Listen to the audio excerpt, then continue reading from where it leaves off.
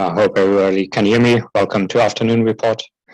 Today we'll have a look at the case of a 99-year-old female lady with hypertension and hyperlipidemia who presented with cough, shortness of breath, and generalized weakness. Addressing her history of present illness, she's a 99-year-old pleasant female in a previously good state of health who presented to the ED with approximately 3 weeks lasting non-productive cough, which had progressively worsened over the past several days. On the day of admission, she experienced increasing shortness of breath, lightheadedness, and generalized weakness. She was too weak to open the front door for her home health aide, and at that point she decided to come to the hospital. She furthermore endorsed poor appetite, poor oral intake during the past days. She denied chest pain, palpitations, orthopnea, leg swelling. She did not have any recent sick contacts, and she did not travel. She denied fever, chills, and weight loss. She was fully vaccinated against COVID ×2 at this point of the year. Her past medical history includes hypertension, hyperlipidemia, mild aortic regurgitation, and osteoarthritis. Her past surgical history is significant for bilateral breast augmentation and a left knee replacement several years in the past. As for her medications, she was taking amlodipine 2.5 milligram once daily and losartan 50 milligram once daily, which controlled her blood pressure well. She is a widow and she lived alone in her apartment. She is rather independent in her ADLs despite her age, and she is only a home health attendant that comes twice a week. At baseline, she is ambulating with a walker or a cane. She's a never smoker and denied any alcohol or illicit drug use. Her family history is non-contributory to the case. She was not aware of any allergies. Her array of systems is positive for fatigue, general weakness, poor appetite, no fevers, no chills. Respiratory-wise, she endorsed non-productive cough and shortness of breath, but no chest tightness, pain, or wheezing. And neurologically, she complained of lightheadedness. On physical exam, we saw an elderly female in initially no acute distress. She appeared frail. Her head and neck exam were unremarkable. Her respiratory exam showed bilateral crackles on both lung bases, as well as decreased breath sounds on the right lung base, but normal respiratory effort. There was trace bilateral left lower, bilateral lower extremity edema and some chronic vascular skin changes consistent with chronic venous insufficiency. She was ANO times 3 and there was no focal neurological deficit. Let's go back to the exam.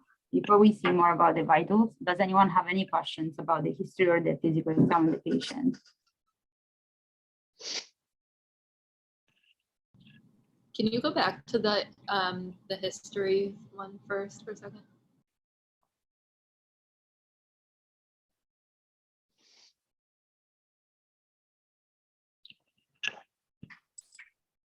Actually, I had a question about the shortness of breath. You're saying, oh, okay, let's start with Omar. Omar is asking, any orthopnea or PND? No orthopnea and no PND, no. And you are saying increasing shortness of breath. So she had baseline shortness of breath, or this is a totally new symptom? This is a new symptom. So increasing from no shortness of breath at baseline, but it has been worsening over the past 3 days. So she had mild shortness of breath initially, and then it subjectively got worse. And it's more like a rest with exercise, or it doesn't? When she walks, more not at rest, but when she walks around or tries to exert herself. Bailey's asking if she follows up a patient with a PCP. Yes, she follows up frequently, and with that, except her blood pressure, nothing else is actively managed. Her PCP is actually a cardiologist. That's why we know a little bit about her mild aortic regurgitation. And her last echo a year ago was normal as well. And Saul is asking, any similar presentation in the past? No. Her only hospitalization was about 4 months ago for an episode of vertigo or lightheadedness. The workup was negative, and she was discharged after 1 day. So the lightheadedness is something chronic? That was also acutely over the past 3 days. The cough was the only symptom that she has experienced over the 3 weeks. Okay. Other questions, any episode of loss of consciousness or falls? No loss of consciousness. There was one fall in the same year, several months back, that appeared to be mechanical in nature. And then any weakness, lightheadedness, only the day prior to the presentation, or also progressively worsen over the 3 weeks with the cough? Only during the prior 3 days. Okay. And then Emily's asking if the homeopathy was having the same symptoms or similar symptoms. Nothing is reported, but he was in good health, as far as we know. Okay. Okay, I think if we do not have any other questions, we can move on with the information we have. Okay, so her initial vitals, she was on the hypertensive side, blood pressure 167/94, her heart rate 96. She was afebrile, temperature 36.7, and her respiratory rate was 18. Initially, her saturation was 96% on room air. However, while in the ED, she reportedly decided to the high 60s, and she was placed in a non-rebreather and subsequently on high-flow nasal cannula and intermittent BiPAP with improvement of her sats to the high 90s. Her EKG was unremarkable, unchanged from prior. Chest X-ray showed hazy opacification of the right mid to lower lung zone and the left retrocardiac opacification representing atelectasis versus pneumonic infiltrates, plus minus the right-sided diffusion according to the radiologist. The initial labs, white blood cells were elevated to 13. Hemoglobin was 10.5 at baseline. Her sodium was found to be decreased to 120. Sodium taken 3 months prior was normal with 136. Kidney function was normal, LFTs were normal. Troponin was elevated to 0.06, but decreased on repeated measurement. And pH was 7.32, PCO2 was elevated, 55, and she did not have a lactate. Initial testing for COVID-19, influenza, and RSV was negative, and also UA obtained in the ED was without signs for UTI. The patient was started on ceftriaxone and doxycycline for suspected pneumonia and continued on stable oxygen supplementation. 1 liter of normal saline was given to treat the hyponatremia with mild improvement. However, the next day, the patient suddenly experienced palpitations, and her heart rate was found to be 172 per minute. Her blood pressure was measured as 84/63, and a rapid response was called by the nurse. And at that point, we'd like to stop and try to summarize the case. I think if anyone wants to summarize the case, and then we can move forward. Just putting together what you think is the most important information that we have so far. Who wants to volunteer? I can have a go at it. It's a 99-year-old, it's an elderly female with a history of hypertension, hyperlipidemia, presenting with weakness and cough, found to be an acute hypoxic respiratory failure, concerning for pneumonia, and I would say bright pleural effusion, I remember it said, but we didn't see a picture. What, sorry? And now presenting with palpitations and rapid heart rate. Perfect. I guess the only thing we need to know, I agree with everything you said, but when we're talking about her chief complaints, so the shortness of breath, the cough, we just need to know what was the timing of this. Is it like an acute presentation, a subacute? That's the only thing that we need to add. How would you identify your symptoms? I think we agreed on acute. Everything was new. So we have an acute, definitely shortness of breath and fatigue, and the cough is the only thing that's kind of subacute, almost chronic, it's like 3 weeks of cough. But yeah, absolutely. But I agree with everything you said. Now, before we move forward and we find out more, I just want to ask, let's say that we have this patient and you run into the rapid response. What will be your thought process? How would you approach a patient that has palpitation, her heart rate is 170, her blood pressure is low? What are we thinking of, and how are we? What's the first thing we have to do? EKG. Absolutely. And what are we looking into the EKG? AFib with RVR, most likely. Okay, so that's what might be likely, but Yeah. why do we need to know the EKG? A STEMI as well. Okay, so we need to have an idea of why she's tachycardic, why she has palpitation. But also remember, this patient is hypotensive. So Jonas is saying that her blood pressure is 80/60. So whenever we have a patient with a tachycardia, tachyarrhythmia, we need to make sure that the patient is stable. So that's always the number one thought, even following the ACLS guidelines, which are very quickly like kind of state what's happening. So the first thing that you will need to do is do an EKG, see if this is a sinus rhythm or a non-sinus rhythm. And I'm sure that the OCHA will agree with that, because if it's a sinus tachycardia, then most likely there's something else. It might be, I don't know, she might have septic shock, she might have, maybe she's bleeding. So we need to kind of treat that separately. But if this is a non-sinus rhythm and the patient is hypotensive, what will be our next step?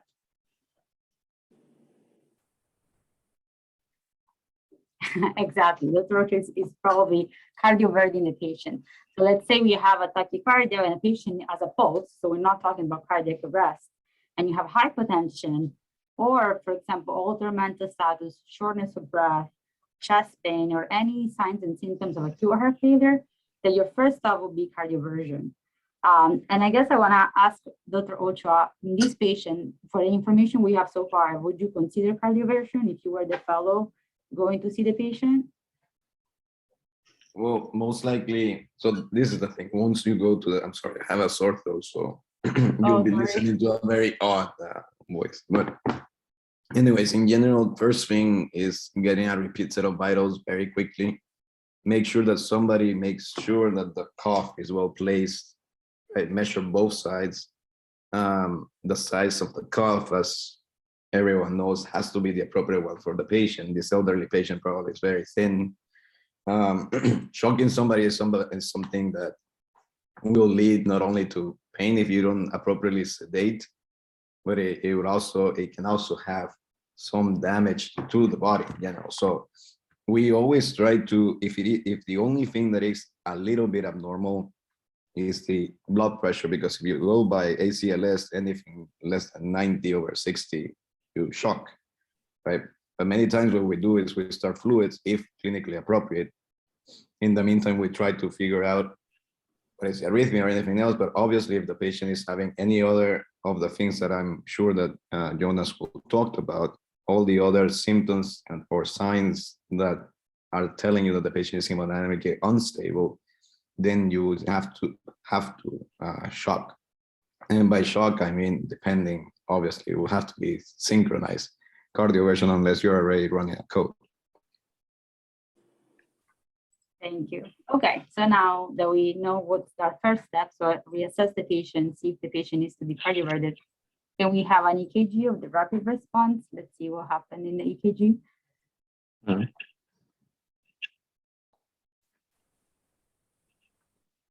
Okay, who wants to take a stab at it?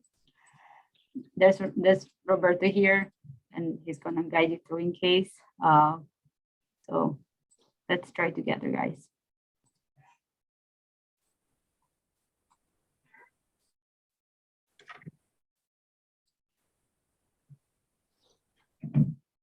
Come on, any brewing cardiologists in the group?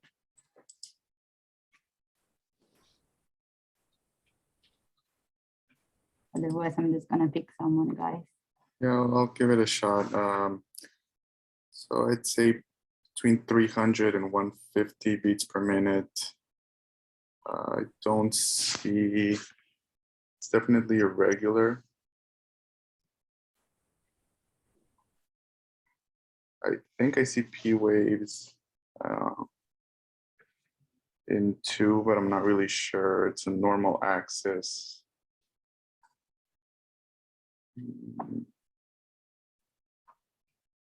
Okay, so we have a tachycardia between, as you said, yeah, maybe even higher than 150, so almost on 60 or something.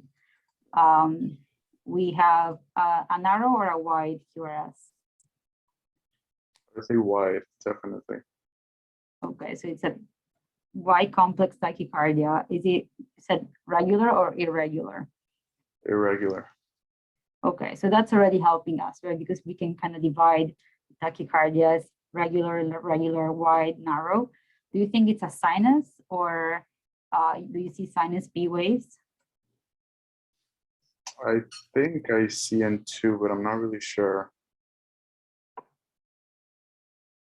Yeah, I don't really identify specific P waves. So I think Robert is typing something. So he's saying that we always need to describe. I don't know if Robert, if you want to chime in. I'm so sorry you have a sore throat. Yeah, so bradycardia versus tachycardia. It's fine. I am agreeing with what you're asking, the thought process, but I just want them to, in general, you can all just jump in, talk what you see, what you think it might be. But in general, you always start if it's Brady versus Tachy, obviously, then it is wide versus narrow, and if it is regular versus irregular. Those are the 3 things that you need to always address first in the setting of a patient being stable. Okay? We're assuming here that patient is stable because you're not going to be thinking about the EKG much if the patient is unstable, in which case you go by ACLS, as we said. Okay, so here we're saying that we have an irregular wide complex tachycardia. We don't really see P waves.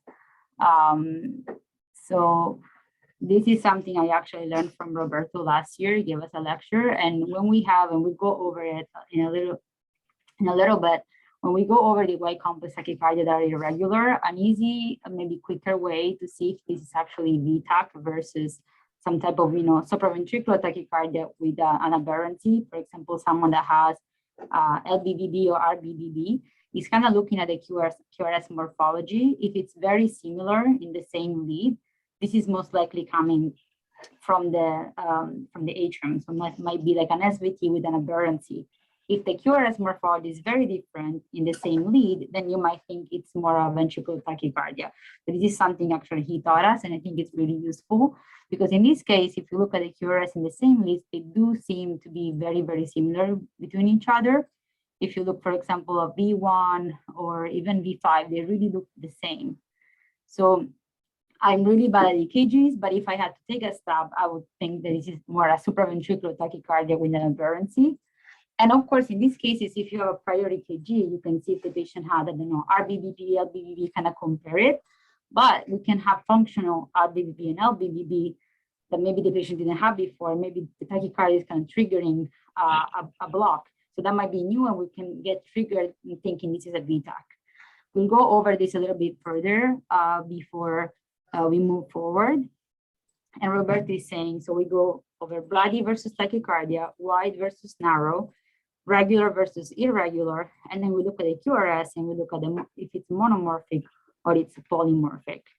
And I'm just gonna share my screen with you guys before we move forward so that we can kind of go over what we just said. So if we're thinking about, do you guys see correctly? Okay. So if we're thinking about wide complex tachycardias, Roberto was saying, we have a QRS that's more than 120. We already know that. And this is the first thing we have to ask ourselves. And as Roberto was saying before, we need to reassess the patient, maybe take the vitals again. When you will be an AC, you will find that the patient might be hypotensive. You will try sometimes, if possible, to give a bolus, reassess the blood pressure, and then decide if the patient needs to be cardioverted. And it's a synchronized cardioversion. The person has a pulse, so you're not shocking the patient like it will be a VFib or a pulseless tachyarrhythmia.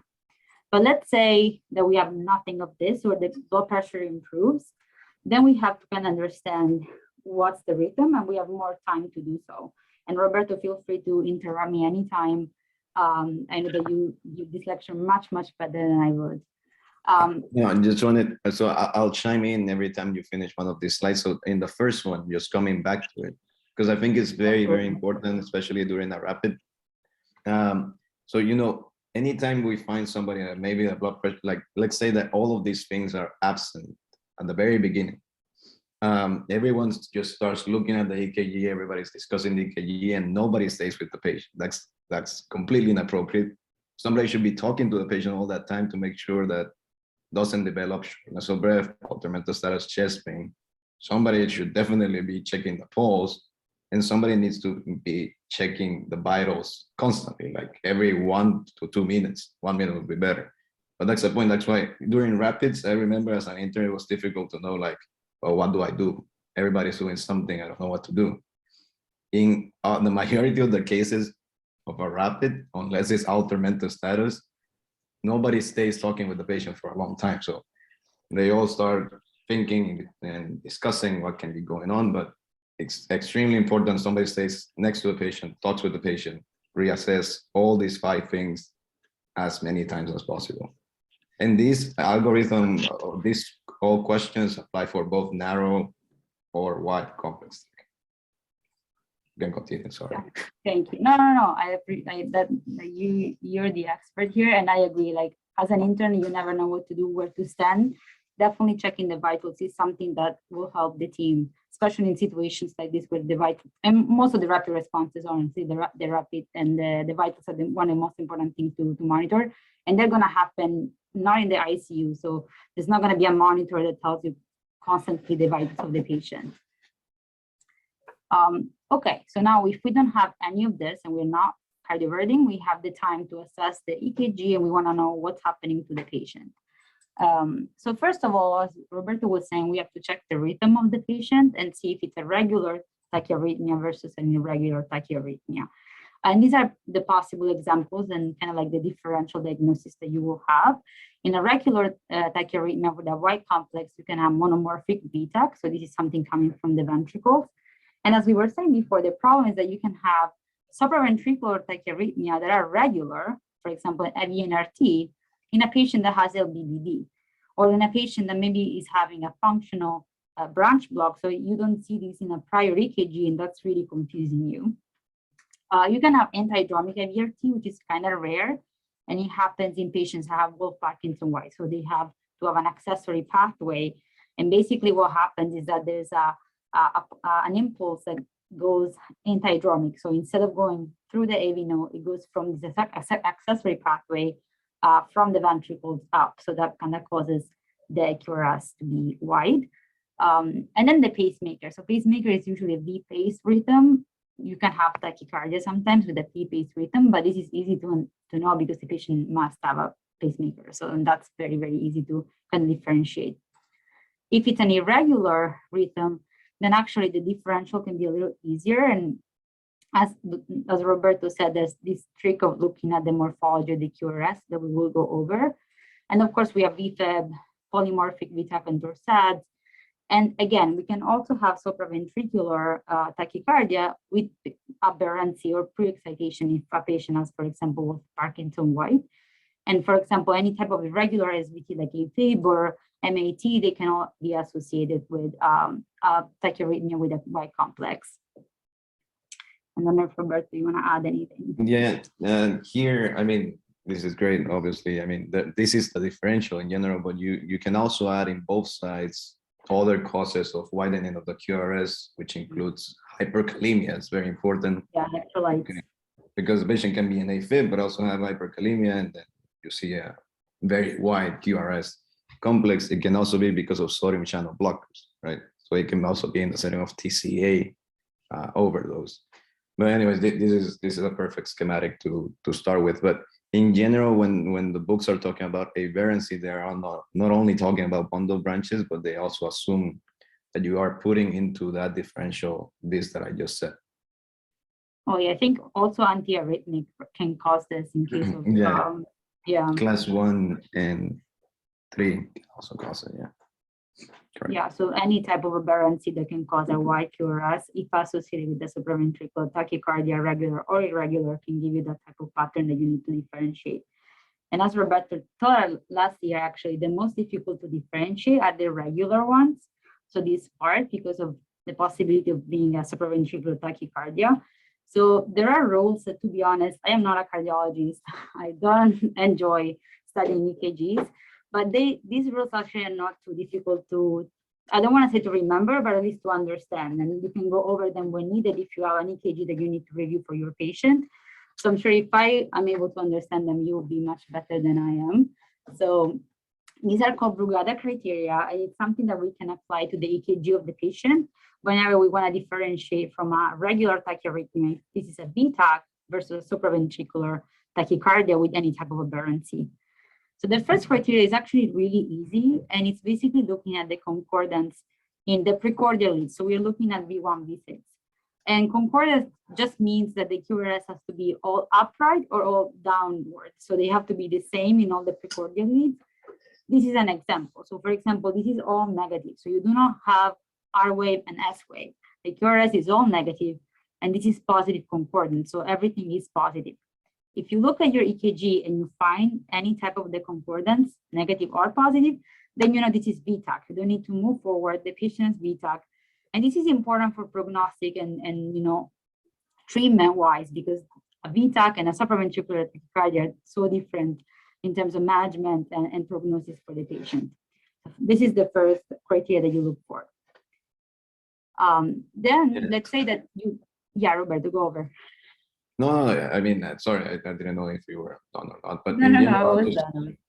I just wanted to point out, like, as Julie is saying, these criteria, as long as you understand them, that's fine. You don't have to memorize them. I mean, obviously, as cardiology fellows, we do, but again, we don't apply it unless the patient is extremely stable. Sometimes we just see it after, because sometimes the patient comes to the ED with this ED, quickly treats either by pharmacological or electrical ways, and then we see the EKG to analyze what happened. So it's not like we always see it ourselves, only if it is in the CCU. But in general, if you think about these two examples of positive and negative concordance, the important thing here is what could actually give you this, right? I mean, nothing, you've never seen a patient that actually has everything completely positive or everything completely negative in the precordial leads. And by completely, it means that there is not even like RS pattern, okay? So if you go very, very strictly, the one on the right side, the one that says negative concordance, if you see V2, there is a small R and then a deep S. If you go extremely strict, then you would say, well, it doesn't really meet the criteria, but it has to be completely positive, completely negative, okay? Again, it's just because it's coming from a foci that is so oddly positioned that this is the morphology that you see. Thank you, Roberto, and absolutely. So this is something you don't really need to memorize at all. I honestly didn't remember the Brugada criteria, but I try to make it as simple as possible because that's how I would remember if I had to. So let's say that we don't have concordance, then we go to rule number 2, which is looking at the RS interval. And as Roberto just said, technically, if you have real concordance, you will not have an R wave and an S wave. So you will not be able to do that. You already know that it's VTAC. But if you do not have concordance, at least one of the precordial leads will have an R wave and an S wave. And this is why I put this. So for example, you have this lead where there's no RS, but at least one of the precordial V6, you will find an R wave and an S wave. So at this point, you can kind of see how many boxes you have. And if this is more than 100 milliseconds, then you know that the patient has VTAC. And 100 milliseconds is a little bit more than 2 boxes. So if you kind of look at 3 boxes, then okay, this is more than 100 milliseconds. If you do not find this, so the RS, for example, is smaller than 100, then you go to the third rule, which is looking for AV dissociation, which I think for me is the most difficult to look at in an EKG, because especially if it's such a high rate, it's difficult to see if there's P waves somewhere, because they can be totally involved in the QRS and you don't see them. But technically, if you're able to see AV dissociation or any capture beats, then you already know that there is something coming from the ventricle, something coming from the atrium. So they are totally disconnected. And that tells you that the patient has ventricular tachycardia because the QRS is not coming from the atrium at all. The atrium is doing its own thing. And Roberto is commenting, agree the red and the white QRS makes it really tough to see AV dissociation. Yeah, I mean, I'm usually not able to. No, honestly, that's the one that I also kind of quickly glance to, because if I stay too long, because really assessing it, you really have to go into each lead, especially V1 and in lead 2, as we spoke in the basic EKG. Those are the ones that you look for. P-waves in general is where you usually see them best.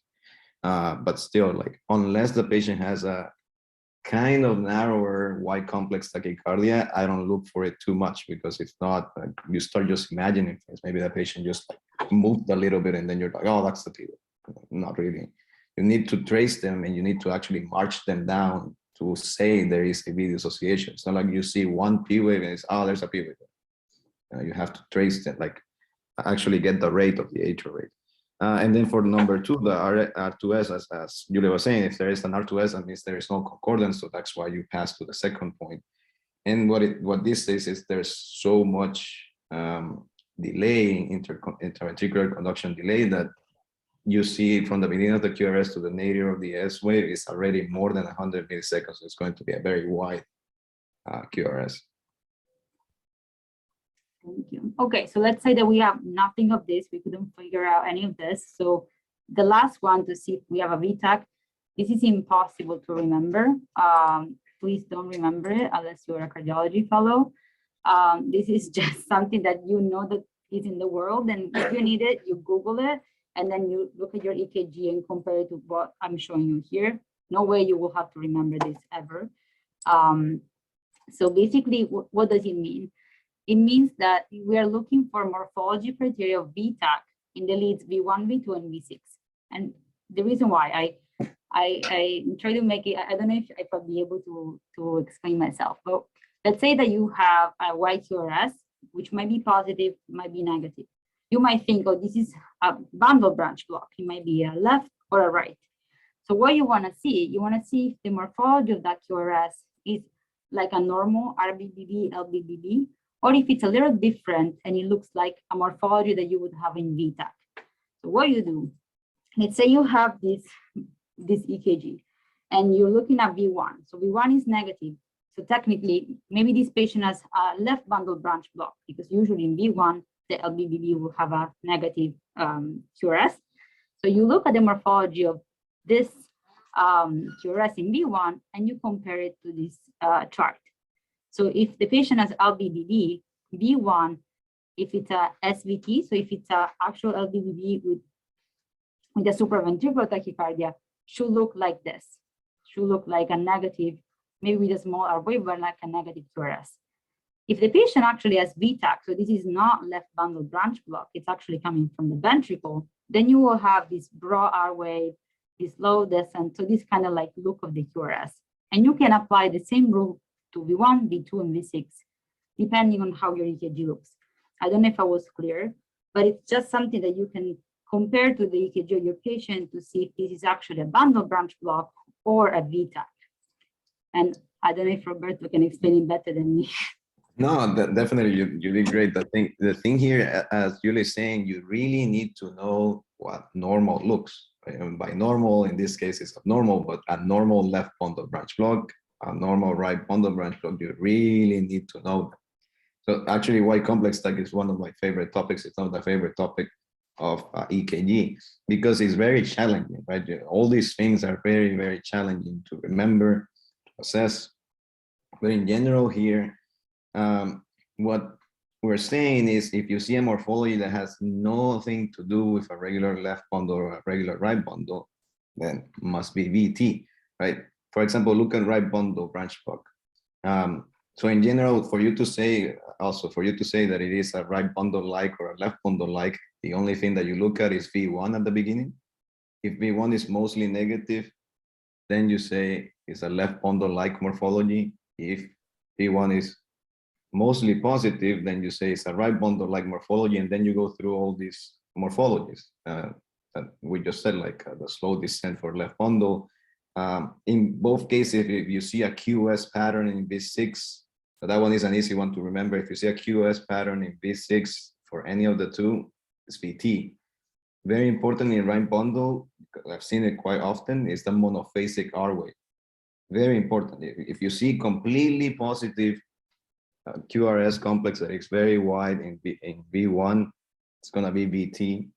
And the other thing is, if you remember the bunny ears, the rabbit ears, or you want to call it, that second ear is taller than the left one in a normal right bundle branch.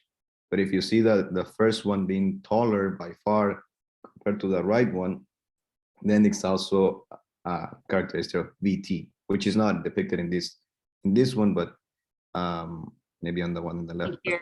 Yeah, correct. Yeah, exactly. So that's what he's trying to say, like trying to compare the table with your patient's EKG, but don't remember this by heart. You really don't need to. And I guess you're going to talk a little bit more about other clues or not. If not, I can just mention them right now. Or you can mention them. So in general, the first thing that you want to do if you have the patient there and the patient is stable, you want to not only assess all these things, you want someone to pull out the prior EKG. That's extremely important, by far the most important.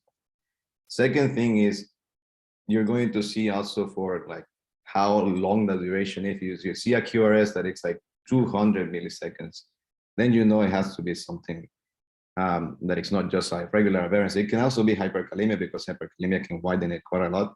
But then you think more about VT, and the actual cutoffs are like if the right bundle is more than 140, if the left bundle like is more than 160, you think about VT. But coming even more backwards to that, the HBI is the thing that really gives you a lot of stuff.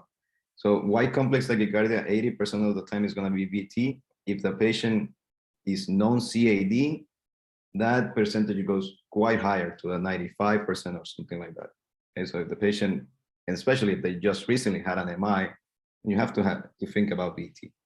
Okay, I'll stop there. So that way we can. No, thank you. But yeah, absolutely. Always look at the patient, the comorbidities, and prior EKGs.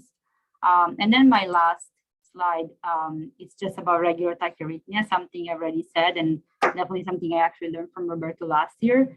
That one trick, if you have an irregular tachyarrhythmia, like the one that we looked at the EKG in the case, trying to look at the QRS in the same lead, because if the QRS is always the same, it's less likely coming from the ventricle. It's more likely kind of SVT that is associated with any type of aberrancy, for example, AFib or any other irregular SVT.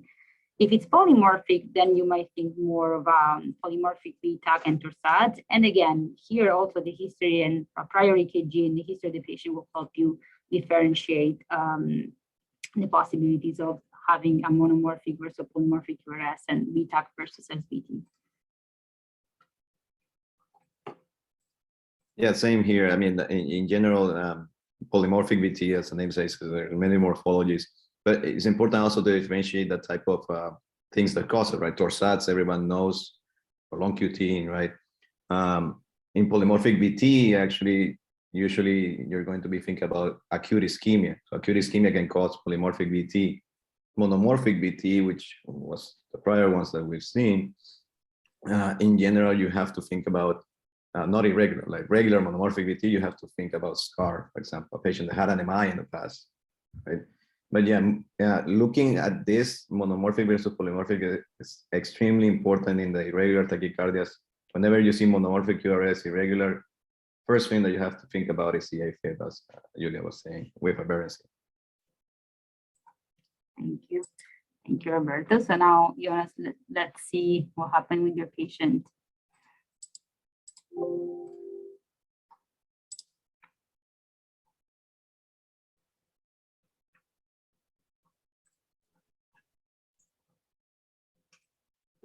Yeah, okay, yeah, and that's exactly what this was interpreted as, irregular right complex tachycardia interpreted as AFib with RVR based on the left bundle branch block, and we have a baseline EKG here as a comparison that showed the pre-existing left bundle branch block. During the RRT, the patient was as Roberto mentioned correctly, was reassessed. Her blood pressure was taken again, and this time it already showed 110/60s. So the patient was assessed as hemodynamically stable. She was maintaining fine throughout the whole RRT, and except the palpitations, she didn't really complain of anything else. 2 times 5 milligrams IV metoprolol were given, and her heart rate decreased to the 110s.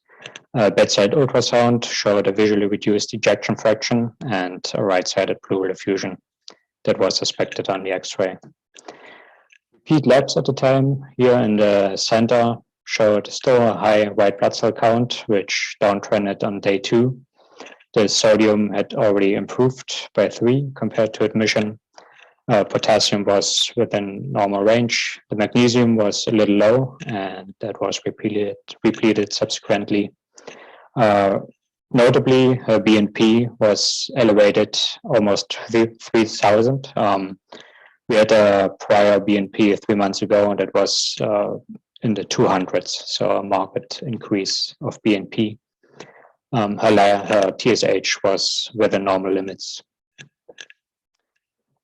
And formal TTE was obtained that showed severely reduced left ventricular wall motion and diffusely hypokinetic left ventricle. The left ventricular ejection fraction was estimated as 20 to 25%. Without major structural abnormalities, only the mild aortic regurgitation was described that has been known. However, the patient during this exam, she was still tachycardic, so one has to be cautious interpreting this, but an echo was not repeated during a hospital stay, so this is the only thing we have, and it indicates new heart failure with reduced ejection fraction. Further infectious workup remained negative. Respiratory cultures, blood cultures, respiratory biofire, Legionella, and MRSA were all negative. The further course, the patient was transferred to a telemetry floor and continued on Lopressor, 12.5 milligrams BID. Overnight, the patient converted back to a normal sinus rhythm, and no further episodes of AFib were observed during this hospital stay.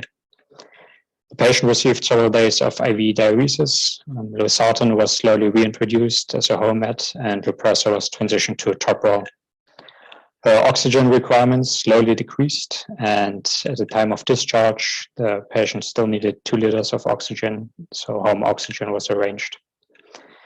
The patient decided to defer any further workup addressing a possible health rough. After extensive goals of care discussions with her, given her age, she decided to focusing her future care rather on comfort, and she did not want to undergo any further workup or treatments.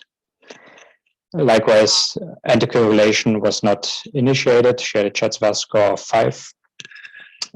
She did not want to start this, and an outpatient cardiology follow-up was arranged to address the matter further and also to see if she had any more atrial fibrillation episodes. Just like before we move on, I actually have a question for Roberto. In these patients where, for example, this patient specifically, she didn't have a history of CHF and didn't have a history of AFib, so we're assuming everything is new. Would you consider this like a tachyarrhythmia-induced cardiomyopathy, or you would kind of treat AFib and heart failure in a parallel fashion and do all the workup for heart failure, like ischemic workup, kind of try to figure out the etiology of the heart failure? Yeah, that's a great question. I mean, in general, the thing is, whenever somebody develops AFib, the main question that you should have is, do you think the patient has been having AFib actually? Right? This patient is elderly. She has had hypertension for many years, probably. She has the risk factors, right? Many times it's asymptomatic, so you cannot really know if the patient actually had it before or not. And the ways that we clue in, like, oh, probably this patient has had it for a while, is like we look at the TTE. Importantly, you look at the size of the atria, which were not mentioned here, but probably they were big. I mean, long-standing hypertension leads to, obviously, diastolic dysfunction, left atrial enlargement that leads to fibrosis, predisposes to AFib. In such case, I mean, overall, whenever you see a decreased EF, you should go through the whole differential, and most importantly, rule out CAD. That's a must. In this case, I'm pretty sure because of age, patient's wishes, she doesn't even want to be anticoagulated. you know if they will be like compliant to do any type of DAPT, what's the functional status, right? Why would you put a stent in somebody that not feeling anything? And maybe you're also thinking at this point, well, it is very likely that it is a tachycardia-induced cardiomyopathy. So you can just treat the rate and reassess later on. But this is not guideline-based, right? Guideline-based is you would have to rule out CAD. Or if somebody asks you in a question stem, what's the most likely etiology of these patients reduce EF, you would still say likely tachycardia-induced cardiomyopathy, but it takes time. It's not like from last night to the next day, the patient will develop reduced EF. But in this case, we're assuming that most likely the patient has been having it for a while. And then that brings me to my second question. Let's say this patient was not a 99-year-old female, of course, but someone in the 70s or younger. Would you consider then try to cardiovert right away because maybe that improves their heart failure? Or it's something, again, you cannot do your workup for heart failure, you treat your AFib, looking at the chat VASC and everything, and then you reassess if the heart failure improves after you have a good rate control. Yeah, it's also a great question, actually. So in general, heart failure, and as well as like severe MR, for example, like things that increase the strain to the left atrium and in general to the heart will lead to higher rates of AFib and also the occurrence of AFib. Like AFib can happen for many causes, hypoxemia, right? But in general, what you want to treat, you want to treat whatever you think triggered it first before treating the actual AFib with a rhythm control strategy. But many times we see these patients that they come with acute decompensated heart failure, they have 10 to 15% EF, AFib with RVR. So you're stuck because the patient is not able to put out enough output because you're losing your atrial kick, obviously, and you're going too fast. There's no diastolic time. The patient is barely making urine. In such cases, then you pursue rhythm control, thinking and hoping that will help the patient hemodynamic and cardiac index to lead to where you want to be. But overall, again, it really depends on the clinical scenario. And I guess at some point we can talk about AFib in length more about rhythm control. In general, we're pursuing it more based on latest trials. Like in the last 3 years, 5 years, there's been a lot of data that is pointing out that in general, we should pursue more rhythm control, especially if the patient hasn't had it for a long time, which again, you really take into account what's the structural heart. And if you're seeing like the extremely big atria and things like that, you know that it's unlikely that an ablation will lead to some benefit. Yeah, and actually, thank you for that. I just shared an article, it's a review from the AHA that kind of goes over what happens if a patient has AFib and heart failure with that reduced ejection fraction. And it's really nice because it kind of explains a little bit all the trials that have come out right now and how you should approach rhythm versus rate control, as Roberto was saying. And there's some new trials that actually are saying that maybe you can go with the catheter ablation to improve the rhythm of these patients early in the course. So that the AFib guidelines actually be updated with this new information. But exactly what Roberto said, depends on the case, depends on the situation, the patient, so many other things. Jonas, thank you. You can go now. Okay, thank you. We just finished with a quick really overview of atrial fibrillation. Atrial fibrillation is defined as supraventricular tachyarrhythmia with uncoordinated atrial activation and consequently ineffective atrial contraction.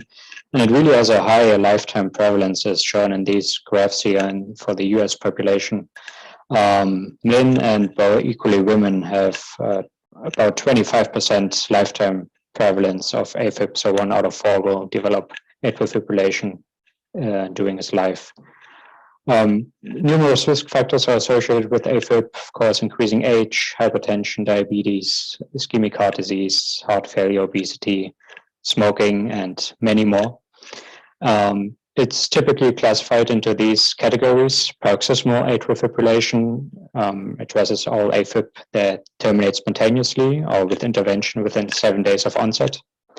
Persistent atrial fibrillation describes the population that has continuous AFib over 7 days, and long-standing persistent atrial fibrillation is addressing the population that has continuous AFib over 12 months of duration. And the term permanent atrial fibrillation is used for those patients with AFib who accepted AFib and do not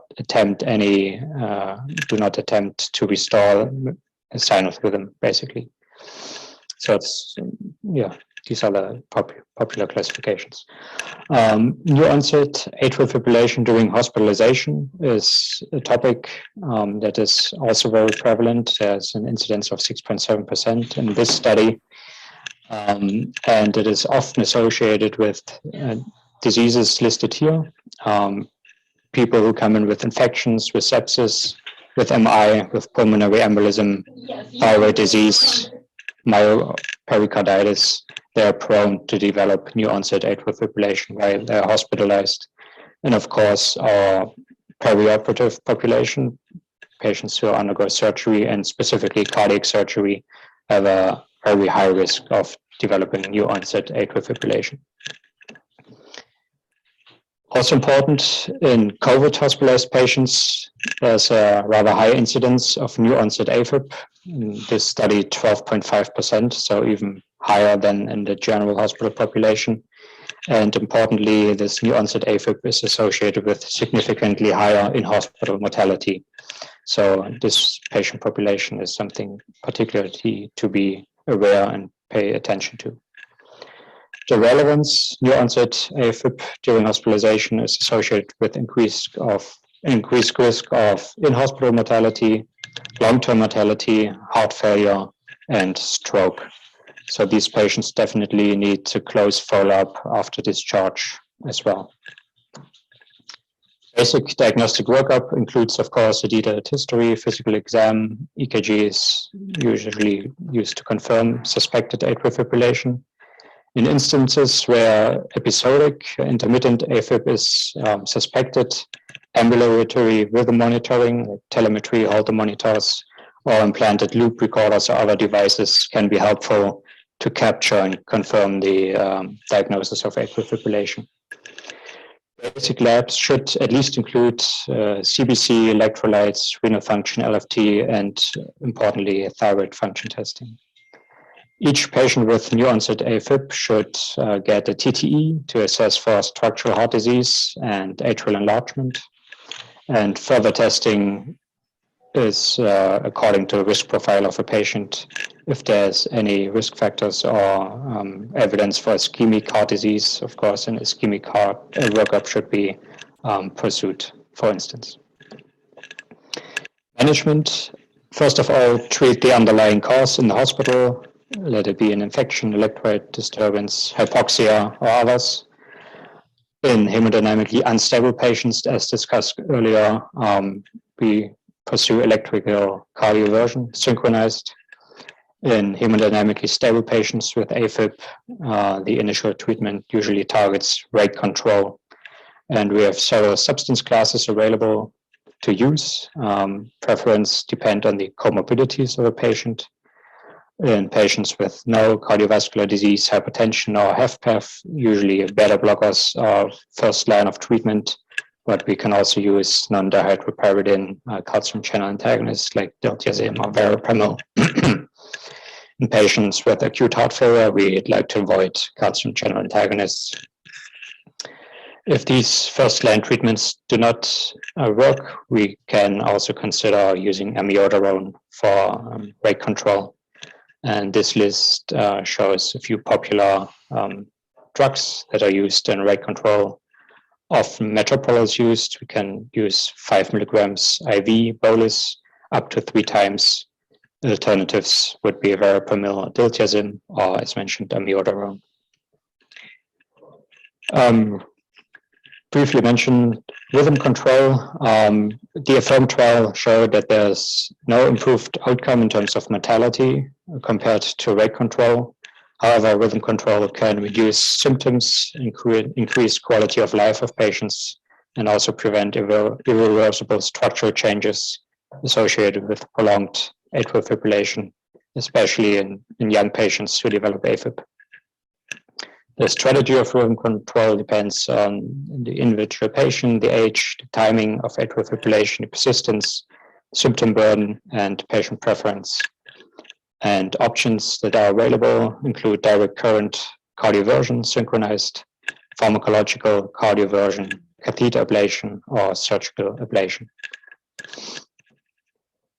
Important topic, of course, of treatment is anticoagulation. For patients with atrial fibrillation, the individual stroke risk of each patient should be assessed using the CHA2DS2-VASc score. The items are listed here: congestive heart failure, hypertension, age above 75 awards 2 points, age between 65 and 74 awards 1 point, diabetes, stroke, it also awards 2 points, vascular disease, and female sex. The cumulative score is associated with an annual stroke risk that I just listed here. Patient with a score of 1, for example, has an annual stroke risk of 0.6%. A patient with a maximum number of 0.9 has an annual stroke risk of 12.2%. So just in general, anticoagulation is recommended for patients with AFib and prior stroke, TIA or CHA2DS2-VASc score of greater 2 for men or greater 3 for women. And anticoagulation can be considered in patients with CHA2DS2-VASc scores of greater equal to 1 or 2 in male and women, respectively, on an individual risk versus benefit balance. When we talk about anticoagulation, it's always important to also assess bleeding risk. There are several risk scoring systems. HASBLOOD is certainly one of the most popular.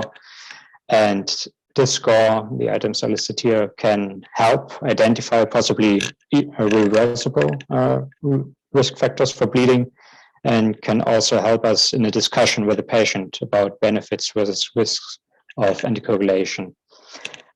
Usually, high HASBLOOD scores do not generally prohibit initiation of anticoagulation. It's always the discussion with the patient and the shared decision-making that is recommended. And as also discussed earlier, the need for anticoagulation in a patient with a single provoked episode of AFib has to be assessed on an individual basis. CHA2DS2-VASc score should be calculated, and we have to see the patient, does he have any risk factors that predispose him to further episodes of AFib. And oftentimes it may be advisable to have a close follow-up, maybe to pursue ambulatory monitoring, or to use a loop device to determine if the patient has continued AFib or determine the AFib burden of a patient. Take-home points: AFib is highly prevalent and it's associated with common risk factors such as hypertension, diabetes, CHF, obesity. New onset atrial fibrillation during hospitalization occurs frequently, especially in the setting of infection, MI, PE, or perioperatively, and it's associated with increased risk for mortality, stroke, and heart failure in the future. Management focuses on rate control using beta blockers, non-dihydropyridine calcium channel antagonists, and/or amiodarone, dependent on comorbidities. Hemodynamically unstable patients require emergent cardioversion. Rhythm control does not offer benefits in terms of mortality, as far as we know, but compared to rate control, it can be considered to reduce symptom burden, improve quality of life, and prevent irreversible structural changes. And the CHA2DS2-VASc score should be applied to assess stroke risk in each patient with AFib and guide initiation of anticoagulation accordingly. And with that, I'm at the end. Thank you for your attention.